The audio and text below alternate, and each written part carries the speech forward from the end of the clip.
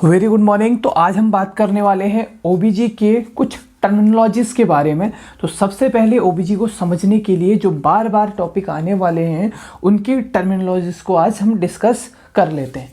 तो सबसे पहले ओबीजी में सबसे पहले जो पूछा जाता है वो पूछा जाता है कॉम्पिटिटिव एग्ज़ाम में, फादर ऑफ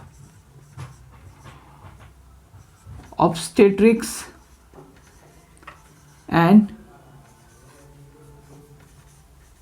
गायनेकोलॉजी। तो father of obstetrics and gynaecology के बारे में सबसे पहले पूछा जाता है। तो आपने एक वर्ड सुना होगा, अभी सुन लेंगे, नहीं सुना है तो, जेम्स मैरियन सिम्स। तो ये वर्ड शायद आपने सुना होगा, चाहे आपने सिम्स पोजीशन सुनी होगी, चाहे सिम्स प्रोसीजर सुना होगा, या फिर सिम्स स्पेचुला सुना होगा।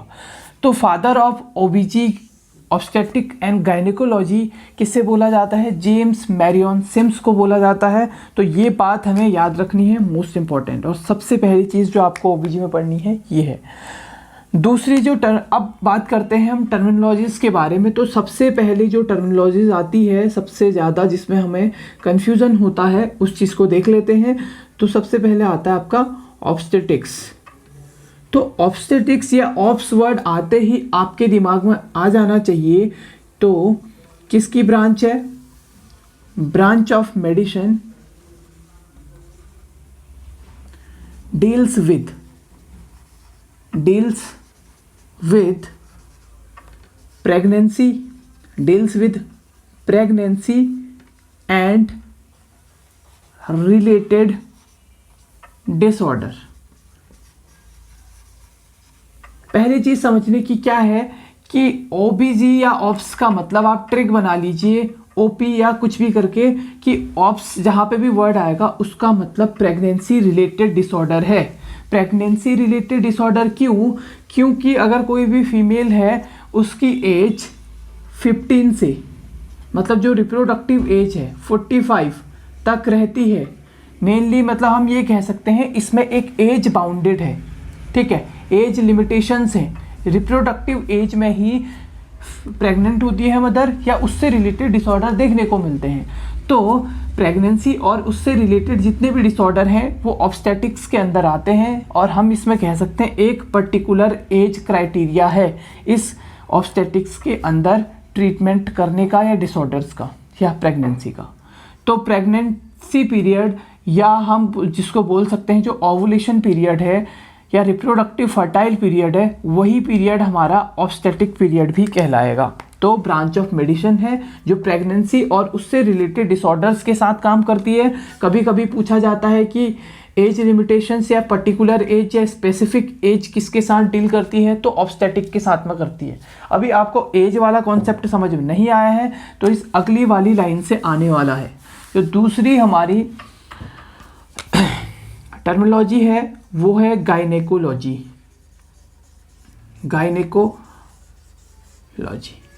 तो गायनेकोलॉजी क्या है? ये है, आप ब्रांच ऑफ मेडिसिन लिख सकते हैं, इसको पूरा लिखिएगा।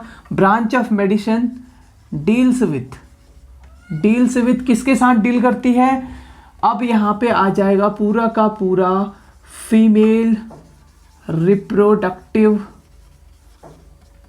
Organ and related disorder. अब यहाँ पे कोई भी एज बाउंडेशन नहीं है, कोई भी फीमेल है अगर उसके रिप्रोडक्टिव ऑर्गन्स में या उनसे रिलेटेड कोई भी डिसऑर्डर होता है तो उसकी स्टडी या उस ब्रांच की स्टडी जो भी हम करते हैं वो करते हैं गायनेकोलॉजी ब्रांच में। तो गायनेकोलॉजी ब्रांच में कोई भी एज क्राइटेरिया नहीं है, कोई भी फीमेल बर्थ से लेके डेथ तक मतलब हम इस कैटेगरी में रख सकते हैं। तो गायनेकोलॉजी प्रेगनेंसी नहीं है, ऑब्स्टेट्रिक्स में हम पढ़ते हैं प्रेगनेंसी और उससे रिलेटेड डिसऑर्डर के बारे में। क्लियर हो गया इतना? ठीक है। तो नेक्स्ट हमारी जो टर्मिनोलॉजी है वो आप सभी को पता है और आपने सारी सुनी है, लेकिन इनसे क्वेश्चन बने हुए हैं पहले, इसलिए हम इसको आज पहली क्लास में डिस्कस कर रहे हैं। तो पहली जो हमारी टर्मिनोलॉजी है वो है इनफर्टिलिटी। क्या है? इनफर्टिलिटी। तो इनफर्टिलिटी क्या है, इस पे ध्यान देंगे सबसे पहले। तो पहले लिख लेते हैं इनफर्टिलिटी क्या है। Inability to conceive after one or more than 1 year of regular sexual intercourse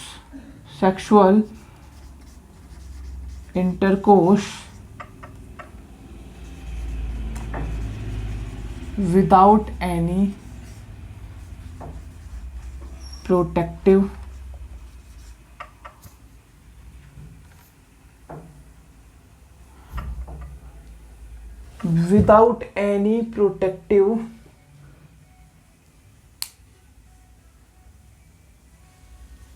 major कह सकते हैं, विदाउट एनी पर्टिकुलर मेजर। तो क्या है इनफर्टिलिटी? इनफर्टिलिटी एक या एक से ज़्यादा साल तक रेगुलर इंटरकोर्स करने के बाद भी विदाउट प्रोटेक्शन, किसी बिना प्रोटेक्शन के अगर आप कंसीव नहीं कर पाते हैं या कोई भी फीमेल कंसीव नहीं कर पाती है तो वो कहलाती है इनफर्टिलिटी। क्लियर हो गया इतना? तो इनफर्टिलिटी क्या है? अप टू 1 और मोर देन 1 ईयर अगर कोई फीमेल कंसीव नहीं कर पाती है रेगुलर सेक्सुअल इंटरकोर्स के बाद भी, तो उसको हम इनफर्टिलिटी में रखते हैं। इससे ही रिलेटेड एक दूसरा टर्मिनोलॉजी आता है जिसको हम बोलते हैं स्टेरिलिटी। अब स्टेरिलिटी क्या है? इनफर्टिलिटी तो हमने बोला कि सेक्सुअल इंटरकोर्स के बाद भी कंसीव नहीं कर पा रहे, लेकिन उसमें एक चीज़ और ऐड कर लीजिएगा, there is maybe the chances of pregnancy. But अगर हम इस स्टेरिलिटी की बात करें तो इसमें आएगा आपका permanent inability to conceive. Permanent अगर इनएबिलिटी हो गई कपल्स को, इनएबिलिटी टू कंसीव मतलब नहीं कंसीव कर पा रहे हैं, तो उसको हम बोलेंगे स्टेरिलिटी। तो ये परमानेंट वर्ड जो लगता है वो स्टेरिलिटी में लगता है। इनफर्टिलिटी में be due to the hormonal imbalance, may be due to the anatomical disproportion, may be due to the other reason. तो इनफर्टिलिटी में बी प्रेगनेंसी अगर उसकी ट्रीटमेंट किया जाए तो सही हो सकती है, लेकिन sterility is a permanent inability to conceive. If the female not having any ovary या they are not able to make their oocytes or there is a agenesis of vagina or other reproductive organ, तो उस time पे हम कैसे हमारा ये चीज़ हो सकती है। क्लियर हो गया आपका? ठीक है, अगली बात करते हैं। अगली बात क्या करेंगे? ग्रेविडा, जो सबसे मोस्ट इम्पॉर्टेंट है ग्रेविडा। इसमें बहुत सारे लोग कंफ्यूज होते हैं कि ग्रेविडा क्या है। तो आप सीधे सीधे नंबर ऑफ प्रेगनेंसीज लिख सकते हैं यहाँ पे। ठीक है, नंबर ऑफ प्रेगनेंसीज क्यों लिखा?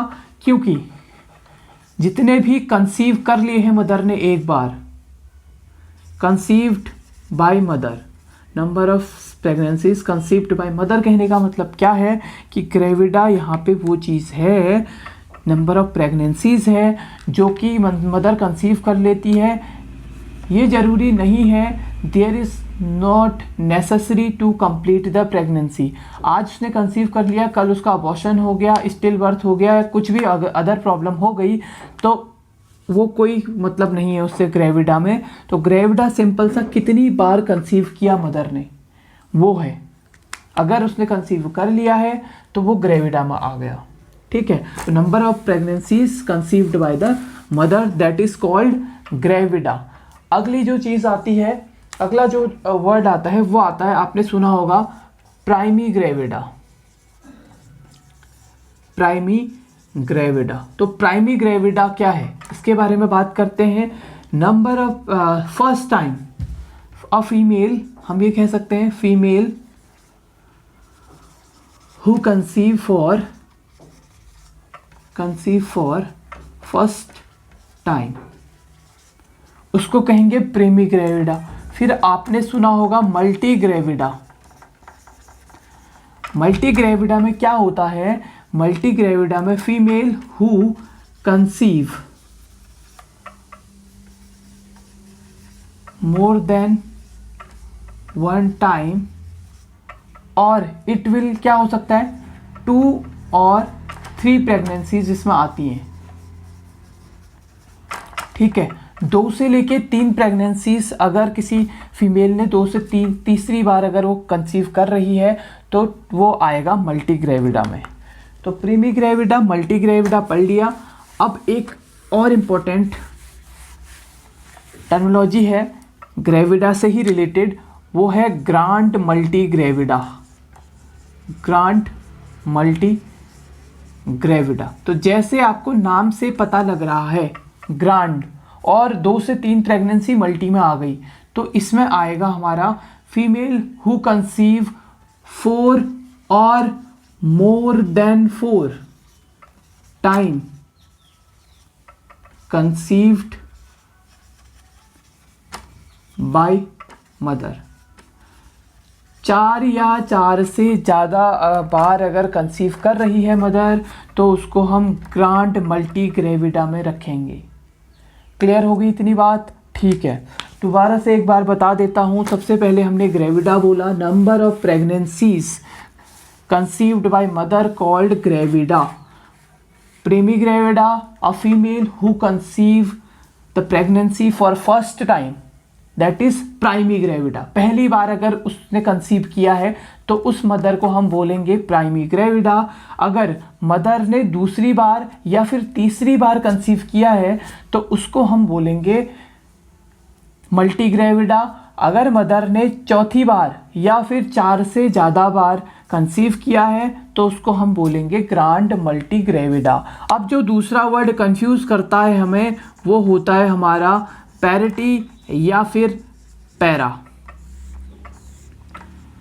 अब ग्रेविडा क्या होता है, पैरा क्या होता है?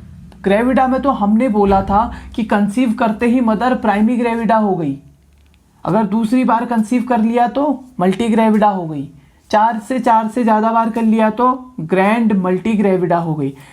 लेकिन पैरिटी में भी ऐसा ही होता है, बट इसमें क्या होता है आपका pregnancy that cross 22 week of gestation called क्या, पैरा या पैरिटी। तो आपको ये बात ध्यान रखनी है कि ग्रेविडा में तो जैसे आज कंसीव कर लिया तब भी वो प्रीमी ग्रेविडा हो गई, लेकिन पैरिटी या पैरा ग्रेविडा हम तब पैरिटी या पैरा हम तब तक नहीं बोलेंगे जब तक कि वो 22 वीक ऑफ जेस्टेशन पूरा नहीं करती है। अगर मदर को 22 वीक नहीं हुए हैं कंसीव किए हुए या प्रेग्नेंट हुए तो अगर वो 22 वीक क्रॉस नहीं कर पा रही है तो उसको हम बोलेंगे, उसको हम नहीं बोल सकते पैरा। क्लियर हो गया? सपोज अगर किसी मदर का 18 वीक में अबॉर्शन हो गया तो इसकी जो पैरा हम लिखेंगे, हम बोले कि मदर क्या है, पैरा कितनी है, 0 है। अगर मदर ने एक बार भी एक और वर्ड रह गया था वहाँ, उसको भी डिस्कस करेंगे अभी। तो यहाँ पे बस आपको ये ध्यान रखना है कि पैरिटी हम तभी बोलेंगे, इसमें भी प्रीमी पैरा हम तभी बोलेंगे जब 22 वीक जेस्टेशन उसने एक बार क्रॉस कर लिया है। चाहे वो ग्रेविडा कितने भी हों, लेकिन पैरा में तब तक नहीं आएगी जब तक वो 22 वीक ऑफ जेस्टेशन कंप्लीट नहीं करेगी। इस बात को बहुत अच्छे से ध्यान रख लें। अब पैरिटी के अंदर भी सबसे पहले हम पढ़ते हैं primi para. Same to same gravida की तरह है, प्रीमी ग्रेविडा की तरह है, लेकिन यहाँ पे वर्ड जुड़ जाएगा आपका फीमेल हु कंटिन्यू कैरी लिख सकते हैं। Female who carry, female who carry the pregnancy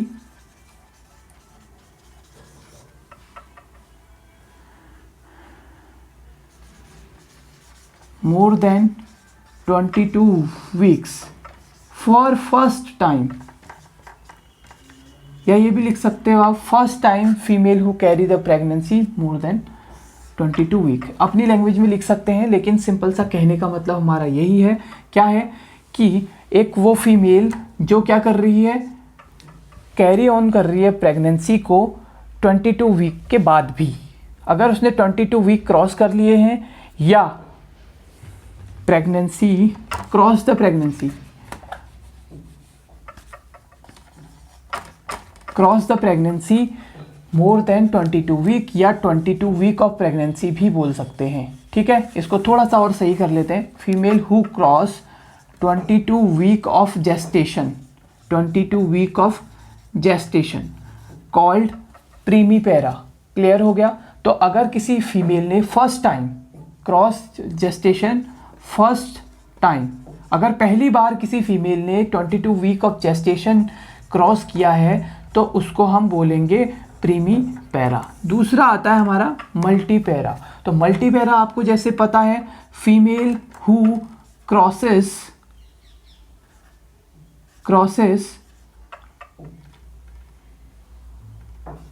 22 week of gestation, 22 week of gestation. Gestation word समझ में नहीं आ रहा है तो अभी बताएंगे इसको भी, जेस्टेशन क्या होता है। 22 वीक ऑफ जेस्टेशन 2 और 3 टाइम। अगर दूसरी या तीसरी बार किसी फीमेल ने 22 वीक्स, ये बात बहुत अच्छे से याद रखनी है, 22 वीक अगर किसी फीमेल ने क्रॉस किए हैं जेस्टेशन के, तो दूसरी या तीसरी बार वो आता है मल्टीपेरा में। तीसरा वर्ड जो है वो आता है grand multipara. Grand multipara same to same वही है। A female who crosses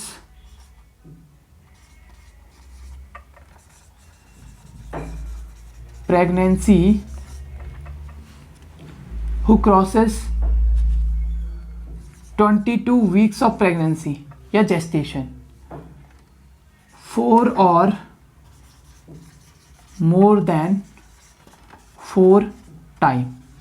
female who crosses 22 week of pregnancy 4 और more than 4 time, that called grand multipara.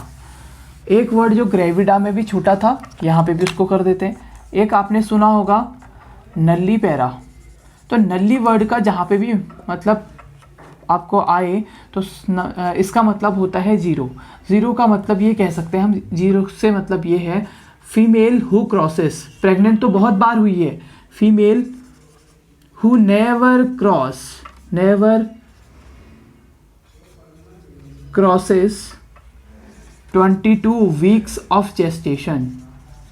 एक फीमेल वो जिसने अभी तक कभी भी नहीं, नेवर मतलब कभी नहीं, आज तक मतलब प्रेग्नेंट तो बहुत बार हो चुकी है, लेकिन 22 वीक ऑफ जेस्टेशन के बाद उसने क्या नहीं किया है, क्रॉस नहीं किया है 22 वीक ऑफ जेस्टेशन को। तो ये तो नल्ली पैरा हो गया।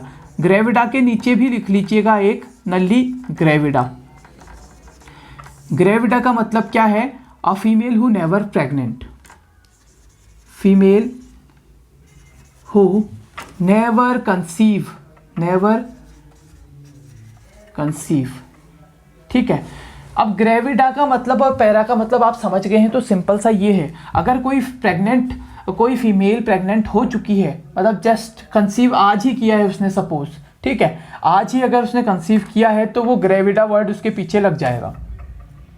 ठीक है, अगर कंसीव ही नहीं कर रही है बिल्कुल भी, तो वो तो नल्ली ग्रेविडा में आ गई। लेकिन उसने फर्स्ट टाइम कंसीव कर लिया है, ये ज़रूरी नहीं है कि वो प्रेगनेंसी को कैरी ऑन करे, कंटिन्यू करे, कर पाए या ना कर पाए, अबॉर्शन हो जाए, स्टिल बर्थ हो जाए, कुछ भी हो जाए, वो ग्रेविडा में आएगा। अगर एक बार भी नहीं प्रेग्नेंट हुई है तो नल्ली ग्रेविडा। लेकिन पैरा वर्ड तभी लगेगा जब वो 22 वीक ऑफ जेस्टेशन को क्रॉस कर लेगी, उसी कंडीशन में पैरा लगेगा। अगर एक बार अब ग्रेविडा तो बहुत बार हो चुकी है, वो ध्यान दीजिएगा मेरी बात पे।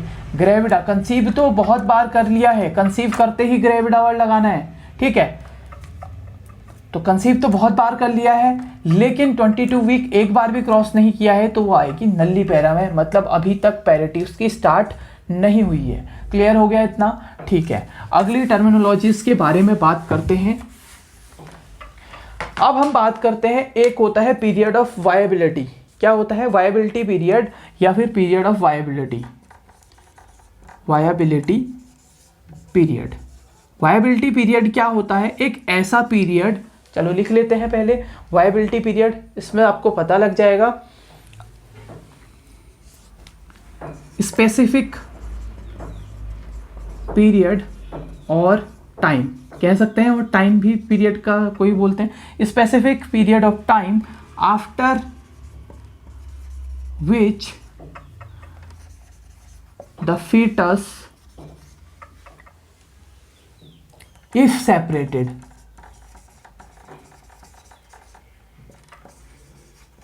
from uterine environment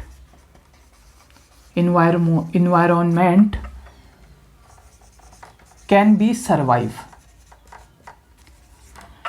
सिंपल सी बात है, वायबिलिटी का मतलब, वायबिलिटी पीरियड का मतलब वो पीरियड, अगर हम फीटस को यूट्रस से निकाल देते हैं तो कितने टाइम बाद वो जिंदा रह सकता है, या कितने टाइम तक उसके ऑर्गन लगभग मैच्योर हो जाते हैं, कंप्लीटली मैच्योर नहीं लेकिन लगभग मैच्योर हो जाते हैं, कि हम उसको एक्स्ट्रा यूट्राइन ग्रोथ भी करवा सकते हैं, यूट्राइन इन्वायरमेंट से निकाल के बाहर पे भी उसकी ग्रोथ करवा सकते हैं। उस पीरियड को हम वायबिलिटी पीरियड कहते हैं। अगर हमने पहले निकाल दिया, उस पीरियड से पहले निकाल दिया, तो बच्चा सर्वाइव नहीं कर पाएगा। लेकिन कोई ऐसा पीरियड होगा पूरे के पूरे 9 मंथ में, जिसमें हमें पता चलेगा, क्या पता चलेगा कि जो भी फीटस है वो सरवाइव कर पा रहा है कुछ स्पेसिफिक पीरियड के बाद में।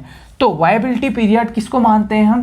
22 वीक्स ऑफ जेस्टेशन को मानते हैं, ठीक है। अगर कोई पूछे कि viability period for the foetus या वायबिलिटी पीरियड क्या होता है, तो जिसके बाद अगर हम किसी फीटस को मदर के यूट्रस से बाहर निकाल के उसकी ग्रोथ करवाना चाहें, तो कम से कम 22 वीक उसको क्या रहना पड़ेगा? मदर के यूट्रस में रहना ही पड़ेगा, उसी के बाद वो सर्वाइव कर सकता है, ठीक है। इट इज़ नॉट कंपलसरी कि करेगा, लेकिन 22 वीक्स के बाद बहुत सारी स्टडीज़ ऐसी हुई हैं जिनके बाद देखा गया है कि 22 वीक के बाद अगर उसको फेवरेबल एनवायरनमेंट मिला बाहर, तो वो सर्वाइव कर सकता है, मतलब चांसेस बढ़ जाते हैं। 22 वीक से अगर पहले अगर हम उसको एक्स्ट्रा यूट्राइन ग्रोथ करवाने की कोशिश करते हैं, या मदर के यूट्रस से सेपरेट कर देते हैं, बाहर निकाल लेते हैं, तो उसकी डेथ हो जाती है। क्लियर है? तो इसीलिए वायबिलिटी पीरियड 22 वीक्स को बोला गया है। क्लियर हो गई इतनी बात आपको? वायबल पीरियड मतलब वो पीरियड जब किसी बच्चे को हम मदर के यूट्रस में से बाहर निकालते हैं, तो वो मे भी सर्वाइव कर सकता है। क्लियर? अगर 22 वीक से पहले निकालेंगे तो उसकी डेथ होने के चांसेस बहुत ज़्यादा हैं, और उसकी डेथ ही हो जाएगी, ठीक है। इतना ग्रोथ के चांसेस उसके नहीं हैं। अब बात करते हैं अबॉर्शन की। बहुत बार आपने सुना होगा और आपके एग्जाम में भी आएगा अबॉर्शन। तो अबॉर्शन से मतलब हम समझते हैं कि हाँ भाई एक्सपल्शन हो जाता है डेड फीटस का या फीटस का, उसको बोलते हैं अबॉर्शन। लेकिन अबॉर्शन की जो एग्जैक्ट डेफिनेशन आपको याद रखनी है वो क्या है? अबॉर्शन आप कह सकते हैं, चलो, expulsion of death foetus, expulsion of death foetus, लेकिन कब? Before viability period. ये बात आपको याद रखनी है, बिफोर 22 वीक। तो 22 वीक को हमेशा याद रखना, हाईलाइट करके रखना, 22 वीक वायबिलिटी पीरियड है। अगर वायबिलिटी पीरियड से पहले एक्सपल्सन होता है डेड फीटस का, इतनी बात समझ में आ गई, बिफोर 22 वीक। और एक कंडीशन होनी चाहिए, whose wait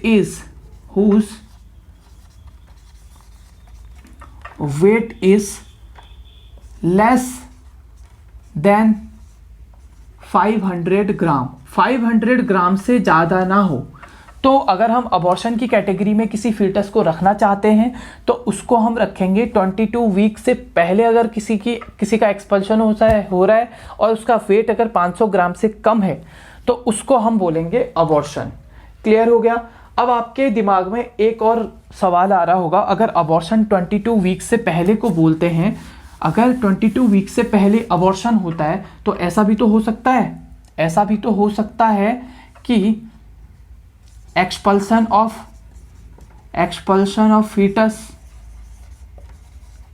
expulsion of dead foetus, ठीक है, dead foetus after 22 week, after 22 week, अगर 22 वीक के बाद या वायबिलिटी पीरियड के बाद किसी डेड फीटस की डिलीवरी होती है तो उसे क्या कहेंगे? तो उसके लिए एक आप वर्ड याद रख लीजिए, उसको कहेंगे हम स्टिल बर्थ। तो ये बात आपको बहुत अच्छे से ध्यान रखनी है क्योंकि आगे आएंगे स्टिल बर्थ वगैरह, तो आपको ये वर्ड याद रखना है। क्लियर हो गया? ठीक। अब एक वर्ड आपको और मिलेगा, लाइव।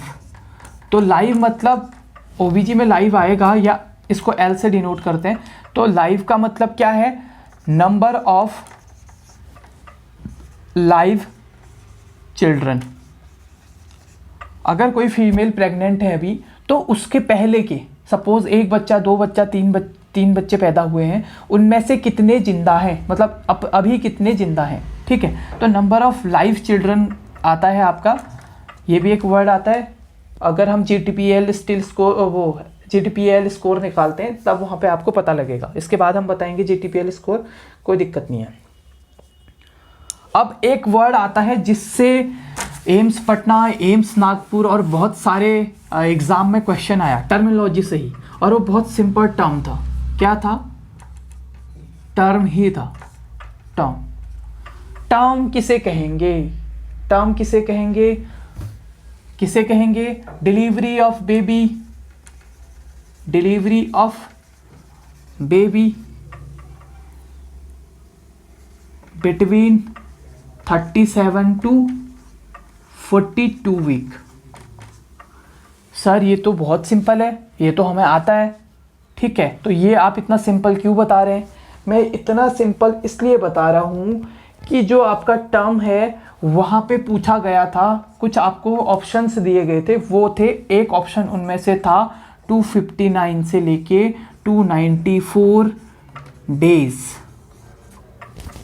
तो अगर टर्म आए तो आपको ये नंबर भी याद रखना है इसके बीच में, क्योंकि आप निकालेंगे उस टाइम पे कि 9 मंथ में इतने दिन होते हैं, 7 डेज इतने हो जाते हैं, तो आपको जो कैलकुलेशन में जो टाइम लगेगा वो बहुत लगेगा। उसके बाद भी आपकी कैलकुलेशन एग्जैक्ट होगी कि नहीं होगी वो पता नहीं है। तो टर्म में ज़्यादातर डेज दिए रहेंगे, ये वाला सबको पता रहता है, ठीक है। अब वैसे ही प्री टर्म है, ये पहले बता देने थे मेरे को लेकिन अभी याद आए। तो प्री टर्म, प्री टर्म में क्या है? डिलीवरी ऑफ बेबी बिटवीन नहीं, इसको सीधे सीधे लिख सकते हैं बिफोर टर्म, मतलब बिफोर 37 वीक। तो 37 वीक का मतलब क्या है? बिफोर 259 डेज, ये कहलाएगा हमारा प्री टर्म। अगर कोई बेबी डिलीवर हो रहा है और वो 37 हफ्ते से पहले डिलीवर हो रहा है, मतलब 259 दिन या 259 डेज से पहले डिलीवर हो रहा है, तो उसको हम बोलेंगे प्री टर्म। तीसरी जो कंडीशन आती है हमारे पास, वो सबको पता है, पोस्ट टर्म। अगर आपको टर्म याद है तो आपको तीनों कंडीशन डेज में भी याद हो जाएंगी। कैसे? Delivery of baby after 42 week. कई लोग इसको 40 लिख देते हैं, लेकिन 42 लिखना है, ये याद रख लेना आप। और अगर डेज में लिखें तो आफ्टर 294 डेज।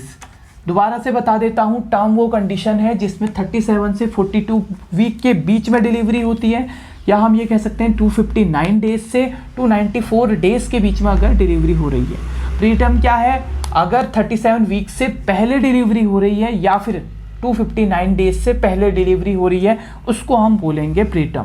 पोस्ट टर्म क्या है?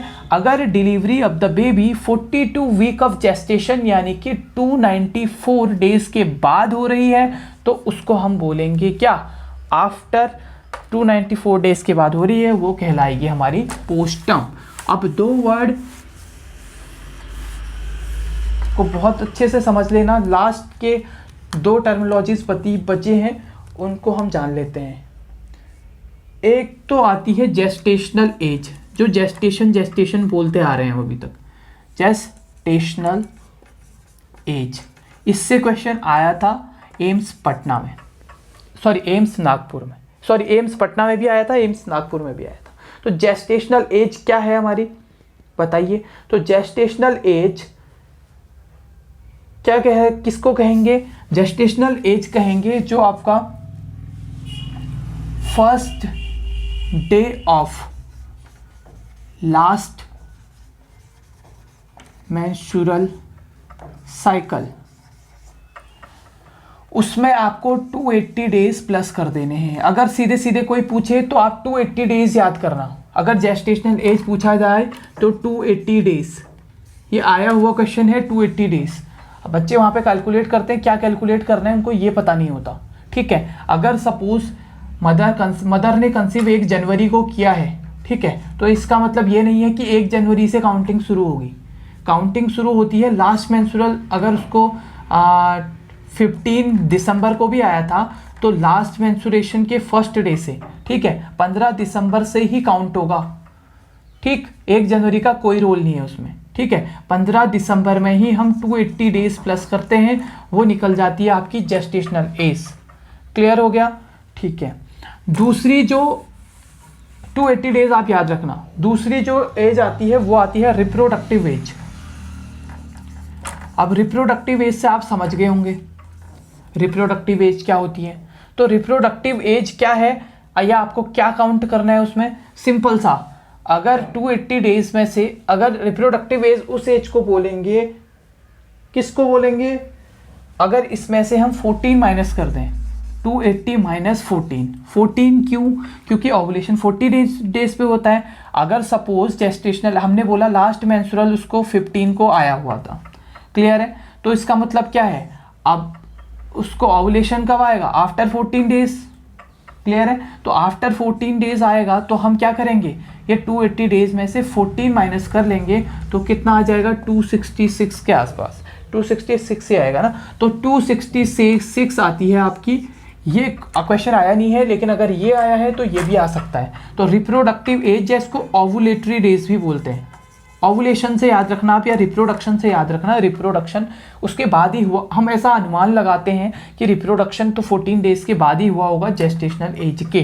तो इसीलिए जेस्टेशनल एज में से अगर 14 माइनस कर देंगे तो हमारी रिप्रोडक्टिव या ओवुलेटरी फेज आ जाती है। अब इसमें हम मेंस्ट्रुएशन का देख रहे हैं तो कई बार इसको मेंस्ट्रुअल एज के नाम से भी आ जाता है, मेंस्ट्रुअल एज। तो यहाँ पे बच्चे 14-15 ढूंढ रहे होते हैं क्वेश्चन आंसर में, ठीक है, या इतने डेज का तो होता नहीं है, 280 डेज तो होता ही नहीं है, ऐसा हिसाब किताब लगाते हैं। तो मेंस्ट्रुअल एज या जेस्टेशनल एज होती है first day of last menstrual cycle में 280 डेज अगर प्लस कर देंगे तो वो जेस्टेशनल एज होती है। रिप्रोडक्टिव या ओवुलेटरी एज क्या होती है, अगर उसी जेस्टेशनल एज में से हम ओवुलेशन के डेज घटा दें, मतलब 14 घटा दें, तो उसको बोलते हैं, हम क्या बोलते हैं उसको हम बोलते हैं रिप्रोडक्टिव एज या फिर ओवुलेटरी डेज। तो ये हो गई हमारी ओबीजी की टर्मिनोलॉजीज खत्म।